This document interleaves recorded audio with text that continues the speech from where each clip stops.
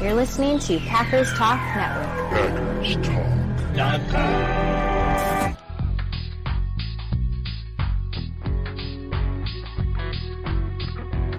You're listening to No Huddle Radio on the Packers Talk Radio Network, your home for in-depth and thoughtful Packers analysis.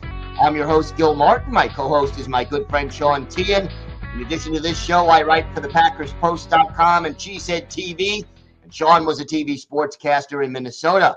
We're here to talk Packers because you're all here for one thing, and that's a love for Green Bay football. And Sean, we've got a 53-man roster. We've got almost a complete practice squad. Been a very, very eventful week for the Green Bay Packers. But before we start breaking that down, how about a word from our sponsor?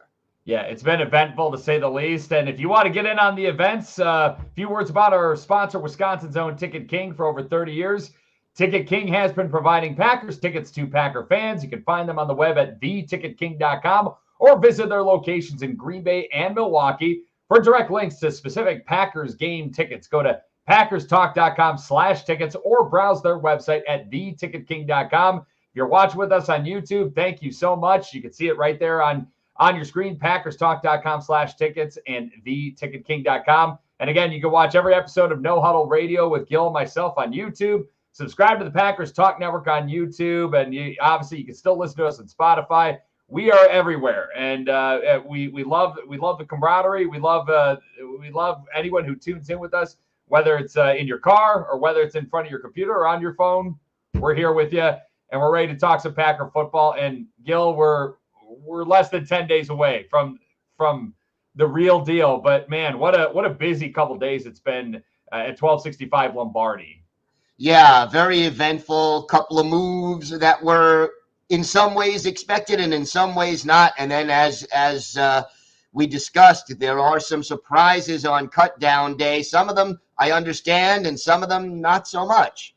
Yeah, and I'm going to just go right ahead and jump into it, Gil, where I think one of the biggest surprises to me was safety Anthony Johnson Jr., the second-year safety out of Iowa State, who seemed to be putting together a really good training camp and seemed to really improve from a season ago. Obviously, the Packers loaded up at that position group in the draft, drafting Javon Bullard in the second round, Evan Williams in the fourth round, and Ketan Oladapo in round 5. But I thought Anthony Johnson Jr. would still have a spot in this roster. He played pretty well in the preseason. He showed some flashes, some good things a year ago. And obviously, the NFL teams, some teams around the league, think highly of Anthony Johnson Jr.'s talents as well, because he got claimed by the New York Giants right away. And it's a bummer to see him walk. That was kind of the biggest surprise, especially getting the edge over Zane Anderson, who's going to be entering his second year with the Green Bay Packers. And he's a guy that he could walk right by me in the street. I don't think I know who he is at all, because he's a special teams guy. But sure, I'll take that. That's what I heard from someone. I'll take someone's word for it. But kind of a surprise there that they let Anthony Johnson Jr. walk. Yeah, I mean, I understand the logic behind it. I just don't agree with the logic behind it. Yeah. To me, the logic is this. Zane Anderson, special teams standout. He's going to contribute more. You get the feeling that Rich Bisaccia's fingerprints are all over this decision.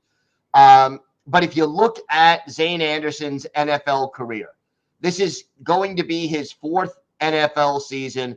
He has played in 17 games, including 10 with the Packers. Mm-hmm. He has been on the field during his NFL career for 237 snaps, all of them on special teams. Not one of those snaps came on defense. So Here is a guy who is limited as to what he can contribute. And in a year or 2 years down the road, Zane Anderson will either be doing the same thing he's doing now or be out of football or not be a Green Bay Packer at the very least.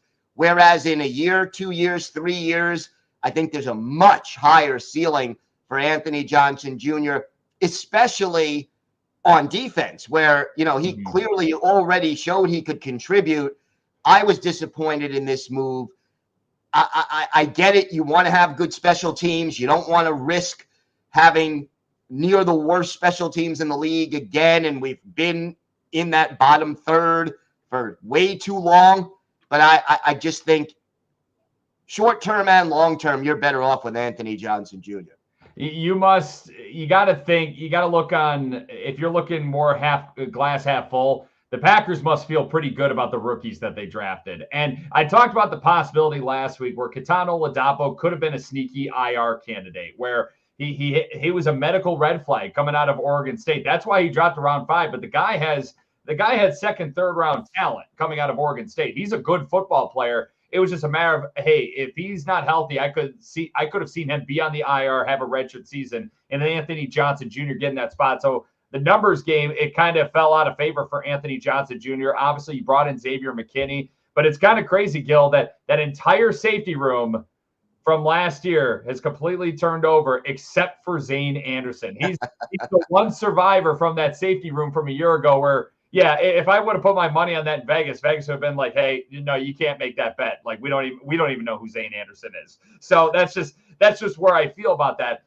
Some other surprises, though, too. The wide receiver debate was huge. Where are they going to keep 6 guys? Are they going to keep 7 guys? Samori Toure, him getting cut. He's not with the Bears practice squad, unfortunately. That wasn't a surprise. He had a good preseason. He had a good training camp, but it was just a numbers game for him. Grant Dubose not making the team. We talked about it, Gil, where I felt like if he didn't make the initial 53-man roster in Green Bay, that he was going to sign on to a 53-man roster elsewhere. Dubose lands in Miami, where he's going to be the 4th wide receiver there, where that's a good landing spot for him with Tyreek Hill and Jalen Waddle and a good offensive play caller and Mike McDaniel. Christian Welch also standout in the preseason. It was a really good special teams player last year. Iola, Wisconsin native. He's from the home state. And the Packers just didn't have room for him. And again, he was the victim of a numbers game. I believe last week you predicted that he was going to make the initial 53. I said he wasn't, mainly because of the numbers. It's not anything he did wrong, but Christian Welch is no longer with the Packers either. He signed with Denver's 53-man roster today. Obviously, the Broncos got a good look at him at joint practice a couple weeks ago and liked what they saw. So those were kind of the biggest surprises overall. Anthony Johnson Jr. and Christian Welch getting the boots from the Packers roster. Yeah, and Grant Dubose. And I think when it comes to Welch, here's a guy who did absolutely everything he could to make the roster. I don't know if he could have played much better in the preseason games and in camp, but, you know, when you draft 2 players on day 2 of the draft at this position, it just makes it hard for him to find a job. And yet, you know, he was also one of those guys who was mostly special teams only, didn't play a lot. I would have preferred to have kept Welch over Anderson, although they do play 2 different positions on the coverage teams. And so, you know, I'll leave that decision up to Rich Bisaccia, who, you know, knows what he needs to fill out his roster. But disappointed in Welch. Dubose, I didn't think they were going to be able to stick him on the practice squad if they didn't keep him on the roster. He just showed too much and, you know, too many articles written about the guy. So you didn't have to search too hard to say, maybe we should check out this guy.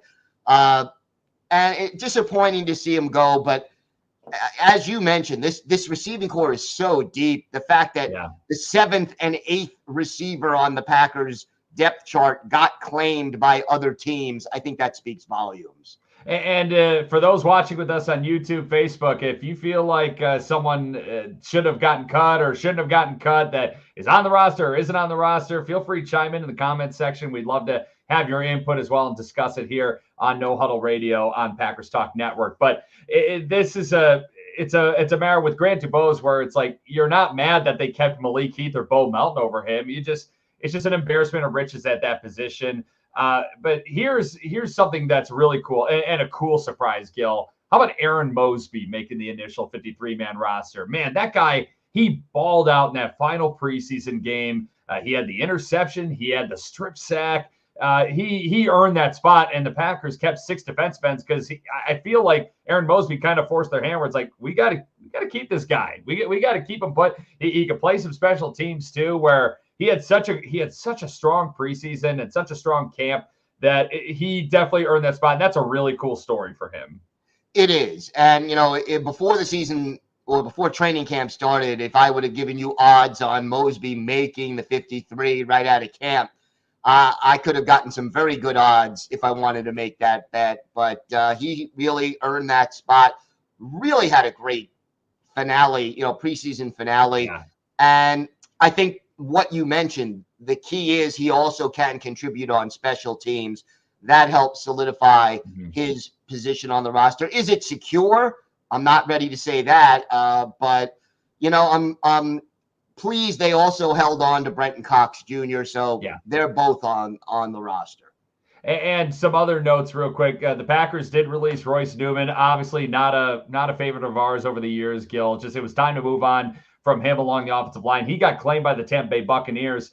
The Packers, we have been talking all preseason and all offseason about how deep this roster is. And obviously everyone loves everybody this time of year. Everyone's a fan of everyone. But this Packer roster depth obviously was very evident because they had 3 guys claimed right away within the first day of roster cuts, with Royce Newman going to Tampa and Anthony Johnson Jr. going to the Giants, Dubose going to the Miami Dolphins. Christian Welch signed with the Denver Broncos 53-man roster on Thursday. That's all you need to see, where it's like that Packer roster is deep, and you could tell other teams were keeping an eye on that roster to see if certain guys were to become available. Last time the Packers had a player who was released from the team claimed right away within 24 hours, it was 2017 when Taysom Hill got claimed by the New Orleans Saints. So that just goes to show it doesn't happen as often as you think. And this Packers roster is definitely different, Gil. It's definitely different.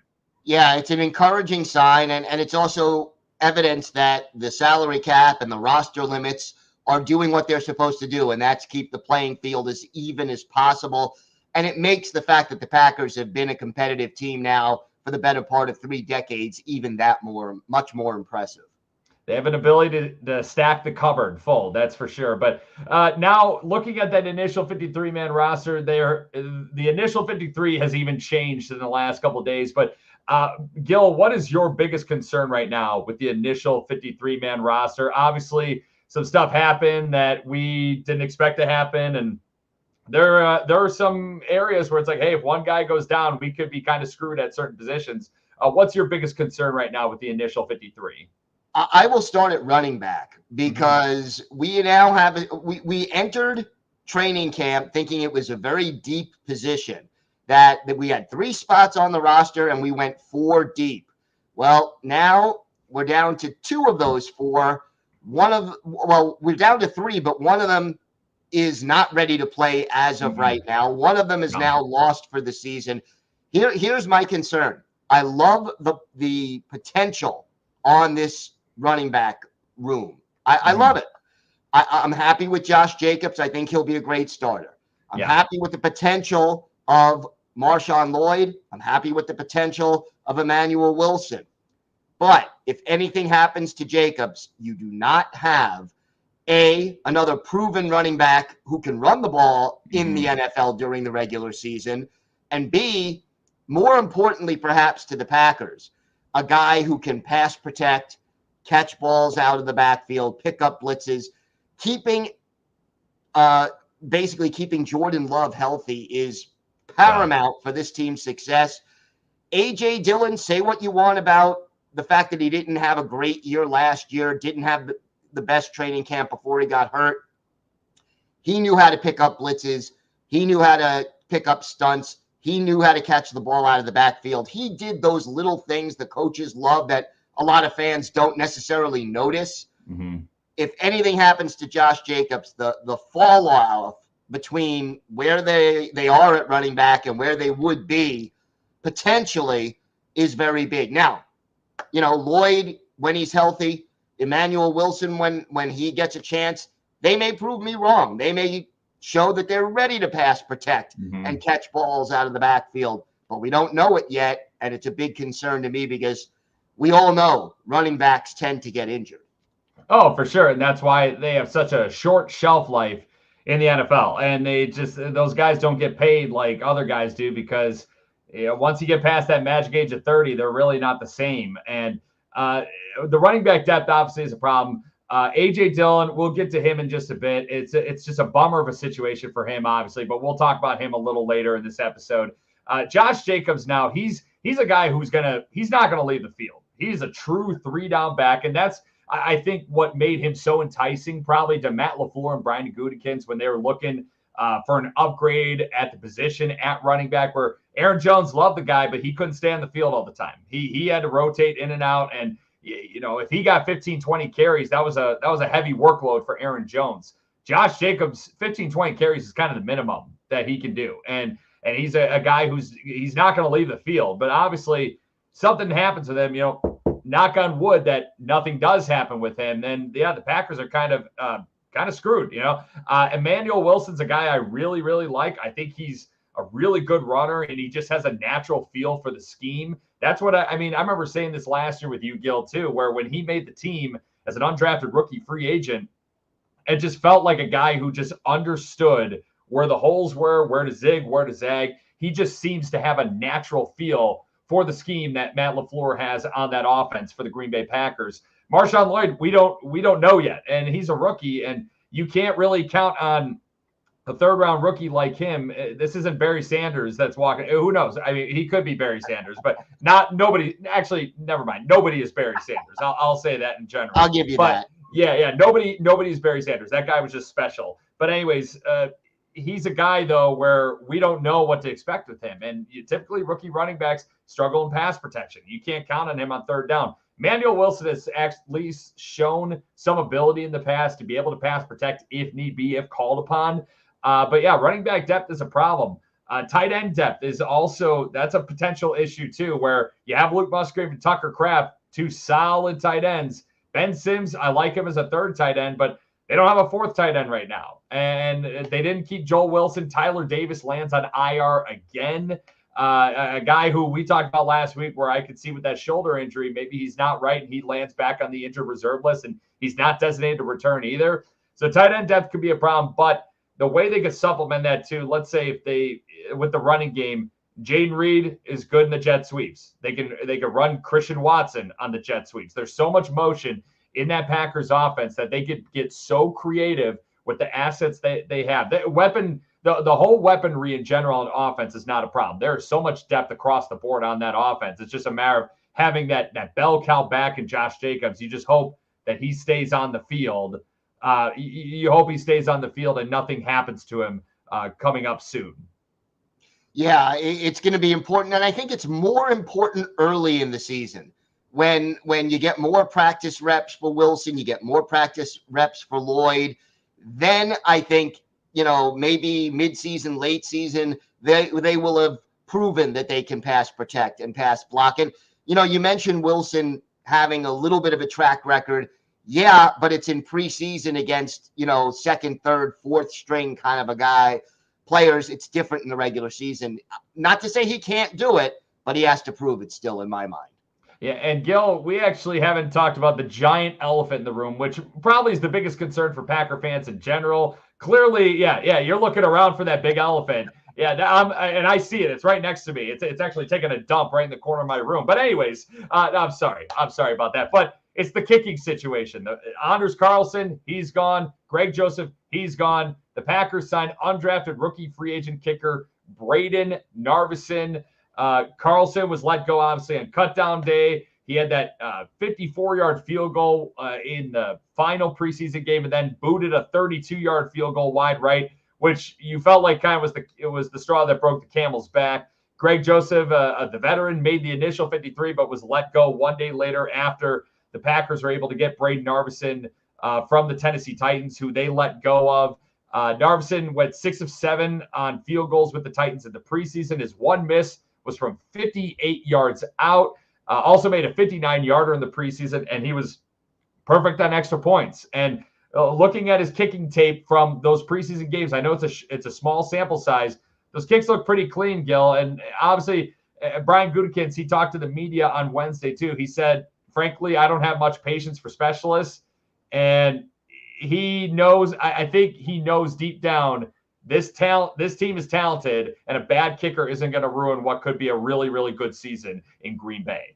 Can't afford to let that happen. And no. I mean, we've been hearing the what ifs since that loss to San Francisco. One of them, what if Anders Carlson hit that field goal that he missed in the fourth quarter The Packers go up by 7. It changes the whole equation of the game, that the 49ers would have needed a touchdown. And it just absolutely, changed the outlook of that game. And it's not fair to blame Anders Carlson alone for that loss, but the inconsistency. Matt LaFleur jokingly said, "Oh yeah, I pray every time he lines up to kick a field goal or an extra point." I think it was part jokingly. And unfortunately, the lack of consistency, the lack of confidence that the team had in him was definitely an issue. And they couldn't stay with him. They didn't have a lot of confidence in Greg Joseph. We have to see what Braden Narveson does. And, again, Green Bay, it's always easier to kick in Green Bay in September and October, but you get to November, you get to December, hopefully you get to January, it's cold, it's windy. The winds are unpredictable if you're not familiar with kicking in that building. Then we're going to see what Braden Narveson can do. And those are also the games that tend to matter more in the standings. And some background on Braden Narveson from college. He played his final year of college ball at NC State with 78% on field goals, made all of his extra points, was at Western Kentucky for the 3 seasons before that. He was 71% in 2022, 79% in 21, 93% in the shortened 2020 season. A pretty consistent kicker overall in college. College kickers, you never know what you're going to get, but Narveson, he held his own in college.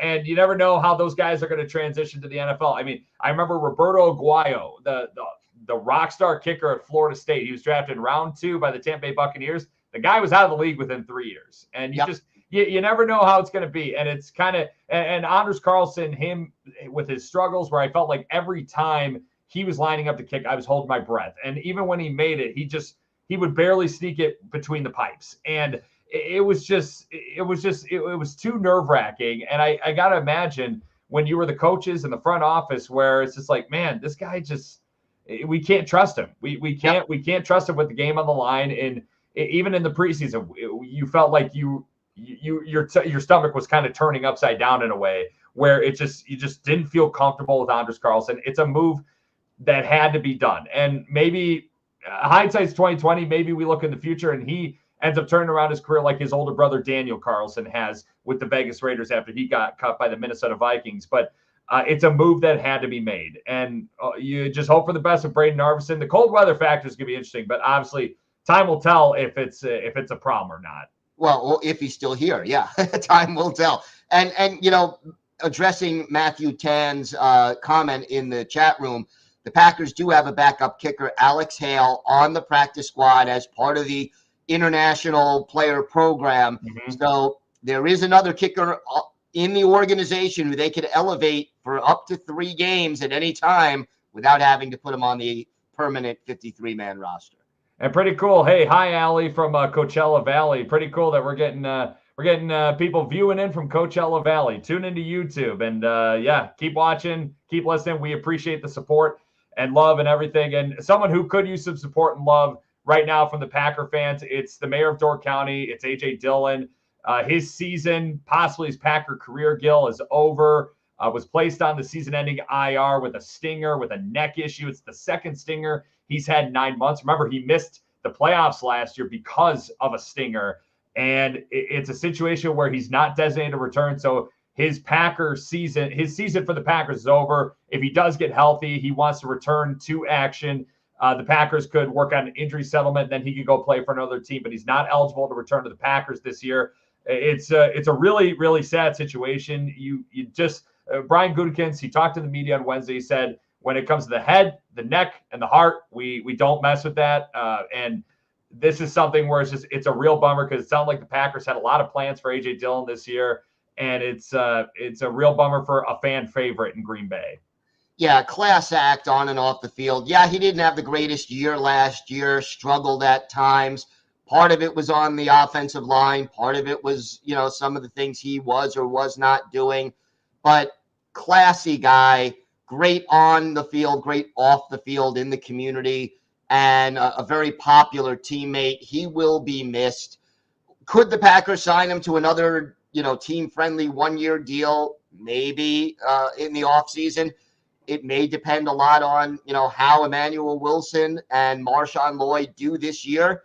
But, to me, it's just sort of a sad way to end this season at least for A.J. Dillon before it even starts. Yeah, and it's a guy who you had some security there at running back too, where if Josh Jacobs were to go down, you have a guy who knows the offense, who's been there, kind of done that with the Packers, and a guy who you could count on in pass protection. But you hope that it's just you never know with the stinger. It could vary. It could be very minor to a very major nerve issue, and you just don't know what the extent of it is. You hope for the best. You hope that he gets some clarity and some answers sooner rather than later. Best wishes for sure for A.J. Dillon. Real bummer for a real fan favorite. Quadzilla, the mayor of Door County, whatever you want to call him. He'll be a Packer fan favorite for a long time. But some other moves too, some other transactions. The Packers, obviously, Sean Clifford, and rookie Michael Pratt, they were both competing for the backup quarterback job behind Jordan Love, and neither got it. The Packers end up trading for Malik Willis, a 7th rounder to the Tennessee Titans for Malik Willis. They traded for the former 3rd rounder out of Liberty University. Willis, he's only played a few games for the Titans in his 2-year career, 11 games total, only 53% completion percentage. A guy who showed some flashes in his short time with the Tennessee Titans. It sounded like Tennessee was going to move on regardless from him. And for the Packers, it's in my opinion, it's kind of a wise move because Sean Clifford and Michael Pratt didn't really wow you and didn't really get you jazzed up for the backup quarterback situation. Yeah, no, you just didn't have confidence in either of those guys to look. Here's the bottom line. Regardless of whether it's Malik Willis, if it would have been Sean Clifford, if it would have been Michael Pratt, if Jordan Love goes down for an extended period of time, the outlook for the season is over. The Packers are considered Super Bowl contenders right now. If Jordan Love is lost, heaven forbid, they're no longer looked at as Super Bowl contenders. But if Jordan Love were to go down for 2 games, 3 games, do you have a backup quarterback who you're confident could keep you in those 3 games and maybe steal 1 or 2 of them? I couldn't say yes at this stage in their career to either Clifford or Pratt.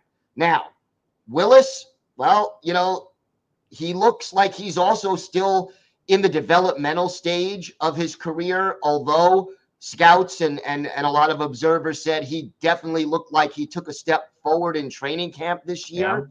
Yeah. That's important because based on his performance in the first 2 years and the scouting reports that I've read, maybe he's a step ahead of Clifford and Pratt, but I don't know if he's the guy who could get you a win or 2 if it's 3 or 4 games without Jordan Love yet. You just hope it doesn't get to that situation. Exactly. I will say, we're going to knock on wood again, Gil, but ever since Matt LaFleur's taken over, the quarterbacks don't get hit as often as they used to when McCarthy was running the show. It seemed like the McCarthy offense was a lot of receivers running longer routes, longer developing plays, which led to bigger plays. Matt LaFleur, it's very much, hey, we're going to snap the ball and we're going to get it out quickly. And guys have been able to stay upright in his system pretty much. And that's a very, very good thing. But I will say this, though, where Malik Willis getting traded by the Titans. He was a 2022 3rd-round pick. That draft also had Desmond Ridder, who's no longer with the team who drafted him. That draft had Kenny Pickett was the lone 1st-round quarterback. He's no longer with the Pittsburgh Steelers. They had Sam Howell, who got traded by the Washington football team, the Washington Commanders. Matt Corral, who has bounced around the league quite a bit. And 2021, Trevor Lawrence was obviously the number 1 pick in that draft too, where he's a good player. He hasn't reached the potential I think that people expect, but Justin Fields, he got shipped off. Zach Wilson, he got let go. If the Packers didn't draft Jordan Love in 2020, Brian Gutekunst had slim pickings in 21 and 22. So I'll say this, where again, and I mentioned it earlier, hindsight is 2020, but kudos to Brian Gutekunst for getting a quarterback when he did, because the Packers right now, we wouldn't be talking Super Bowl or bust right now, Gil. We'd be talking like, oh, we got to tank for the number 1 pick and hopefully or get Quinn Ewers from Texas next year, or the quarterback who's at Carson Beck, who's at Georgia, or get Arch Manning in a couple of years, because they'd be in a lot worse situation. Now you got Jordan Love, the highest paid quarterback in NFL, highest paid football player in NFL history. So kudos to Brian Gutekunst there, because it's amazing how much the quarterback class has dropped off after 2020. Yeah, no doubt about that. And look, with Malik Willis, he's got a lot of athletic ability, strong arm, very mobile quarterback, and probably, create when plays break down. He can improvise and get things done. He needs to work on his accuracy a little bit, needs to work on reading defenses a little bit. Hopefully with time that will come. I like his potential. I just don't know if he's ready to step in right now. And that was the key thing you were looking for if you weren't going to stick with either Clifford or Pratt. And it's interesting, the Titans, there was some carryover from their offense into the Packers offense. Willis is expected to be the number 2 quarterback opening up in Brazil next Friday. And it's crazy. He's going to be suiting up, and he's going to be next in line if anything were to happen to Jordan Love. The Packers also, they're starting to fill out their practice squad. Now, Michael Pratt, he's gone. He's with the Tampa Bay Buccaneers, but Sean Clifford is back on the practice squad.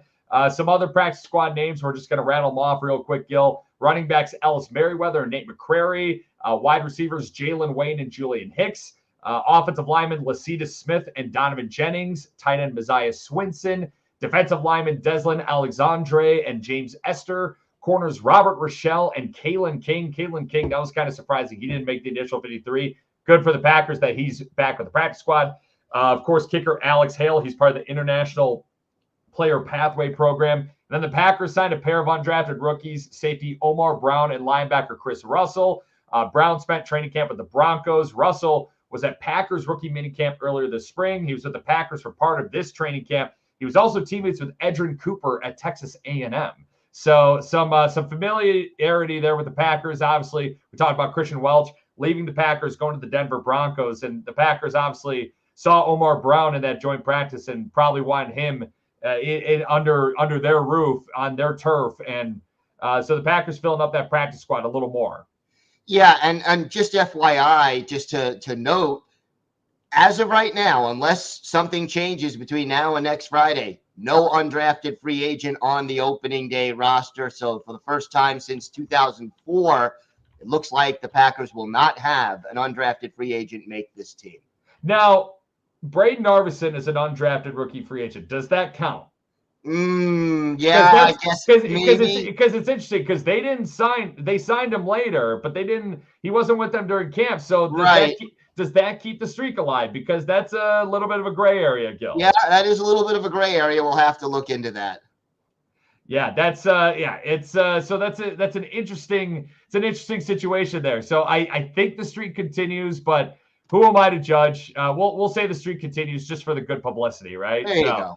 Well, Gil, before we wrap up, obviously this has been a tremendously busy week for the Packers. Obviously yourself, we're gearing up for the regular season. Hopefully a Super Bowl season in Titletown at 1265 Lombardi. What articles do you have coming up on Cheesehead TV, the Packers Post? What can fans, viewers, everybody read about going into the 2024 season? Well, on Cheesehead TV, I did take a look at A.J. Dillon, a little bit of his situation, his legacy in Green Bay, and just sort of the disappointing fact that his season kind of ended before it really started. For the Packers Post, I looked at the running back situation now with the lack of depth there. And coming up on Saturday, I will also have a look at the last NFL game of Sterling Sharp's career. We do a little history piece on most Saturdays. So going to look back. He went out with a bang. Let's put it that way. Shannon Sharpe is the only member of his own family that was the second best player of his own family to make the NFL Pro Football Hall of Fame. Shannon Sharpe's words, not myself. I'm just saying. Right. That's right. Put Sterling in the Hall for God's sakes already. But Gil, you ready for some trivia before we really wrap up this episode? Yeah, let's do it. All right, sounds good. Well, as we touched on just moments ago, the Packers have a new backup quarterback, former Tennessee Titans third-round pick, Malik Willis. He'll be backing up Jordan Love for the foreseeable future. Willis played football at 2 high schools in Georgia, Westlake and Roswell. Both schools have produced a few future NFL players and current NFL players as well. Gil, which current Packer played with Malik Willis in high school? You said he was from Georgia? From Georgia, correct. Okay. He played high school ball in Georgia. Right. High school ball. That's what I'm that was what I'm asking. Georgia. I'm guessing, but I'm going to say the X-Man, Xavier McKinney. You nailed it. Packers safety Xavier McKinney. I thought you would guess one of the Georgia Bulldogs like Stokes or Bullard or someone like that, but no. McKinney was an Alabama guy, and he played high school ball in Georgia. He also played at Roswell High School in Georgia before he played his college ball for the Crimson Tide before he was drafted by the New York Giants in the second round of the 2020 NFL Draft. Now, Gil, Willis started his collegiate career at Auburn before finishing up at Liberty University. A former Packers fan favorite also played college ball at Liberty earlier this millennium. Bonus question, Gil. Which former Packer played football at Liberty University as well? Earlier this millennium. So it's not Mark Murphy, the safety rather from the 90s from the early 2000s. Early 2000s at Liberty. Huge fan favorite. He was only here for a short time, but people loved him. And he's doing great things in the world right now. In the world? Can you limit it down a little bit? I'm not even kidding. You'll hear the answer and be like, oh yeah, that makes sense. Go ahead. I do not know off the top of my head. That would be former Packers running back Dr. Sam Gatto. That's right. That is right. Yep. Yeah, he was a bright spot during a really bad 2005 season in Green Bay. Rushed for 582 yards, scored 7 touchdowns in 8 games for the Packers. Gatto moved on to the Houston Texans after appearing in one more game for Green Bay in 2006. His NFL career ended after the 2009 season, but he's doing way more important things in life, Gil. As I just mentioned, he went to medical school after his NFL career came to an end to serve in medical missions. He and his sister later found the Jonah Inheritance to improve and reimagine healthcare in his home country of Nigeria.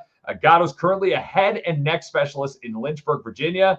Who knows? Maybe A.J. Dillon will give him a call, give him a visit. And Dr. Sam Gatto doing some great things in the world and for people, and just a very, very smart individual who made the most of his NFL career, and he's making the most out of life after post-NFL football. Always good to hear that. And yeah, he got the fans excited when he had that hot streak that season. I do remember that well. And one more quick thing, Clay Matthews, he's going to the Packers Hall of Fame. Congratulations, Clay Matthews. Every woman in Green Bay, Wisconsin, every woman who went to Lambeau Field asked Clay to marry them, and for that we thank you. He also had the huge fumble in Super Bowl 45 where he forced a Rashard Mendenhall fumble late in the game, made a big play when the Packers were battered and beat down, and helped preserve that Super Bowl victory, that bringing that 4th Super Bowl trophy to Green Bay. Clay Matthews, well-deserved honor, going to the Packers Hall of Fame. Congratulations. Along with Aaron Campman, if I'm not mistaken. Aaron Campman as well, who is also a stud, a fellow Iowa boy. Hopefully, if Lucas Van Ness can have half the career that Aaron Campman did in Green Bay, we're in for a real treat coming up. Absolutely. All right. Well, that is going to do it for us. We'll be right here next week, previewing Game 1, Packers and Eagles in Brazil. Follow us on Twitter at Gil Packers and at GB Packers Sean to stay up to date on all things Packers or to ask us questions. Or you can email us at gbpackerssean@gmail.com. Make sure you're subscribed to Packers Talk on iTunes, Google Play, Spotify, or wherever you get your podcasts. Big thanks to PackersTalk.com for powering our show. Thank you for listening. Till next time, go Pack Go. Go Pack Go.